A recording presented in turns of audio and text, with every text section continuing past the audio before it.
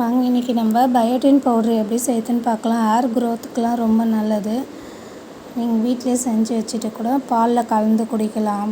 Boost Horlicks அதெல்லாம் குடிக்காமல், டீலாம் குடிக்காமல் அது பதில் இதை கலந்து குடிக்கலாம். அதுக்கு நான் பாதாம் ஒரு 25 கிராமு, முந்திரி ஒரு 25 கிராமு, அதுக்கப்புறமா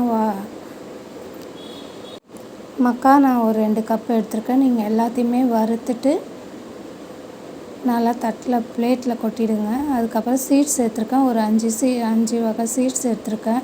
sunflower seeds, flax seeds, watermelon seeds, தர்பூசணி விதை, வெள்ளரி விதை எல்லாமே எடுத்துருக்கேன். அது எல்லாமே நல்லா வறுத்துட்டு ஒரு பிளேட்டில் கொட்டிக்கலாம். அதுக்கப்புறமா நான் பிஸ்தா கொஞ்சம் எடுத்துருக்கேன். நீங்கள் வால்நட் கூட இருந்தால் வால்நட் எடுத்துக்கோங்க.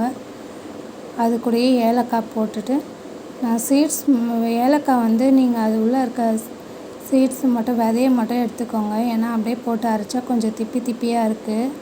அதனால நீங்கள் அதை எடுத்துகிட்டு சீட்ஸ் மட்டும் போட்டு வறுத்து அரைச்சிக்கோங்க. இது எல்லாத்தையுமே போட்டு ஆற வச்சுட்டு நம்ம அரைச்சிட்டு ஒரு பாக்ஸில் போட்டு ஃப்ரீசரில் வச்சுக்கலாம்.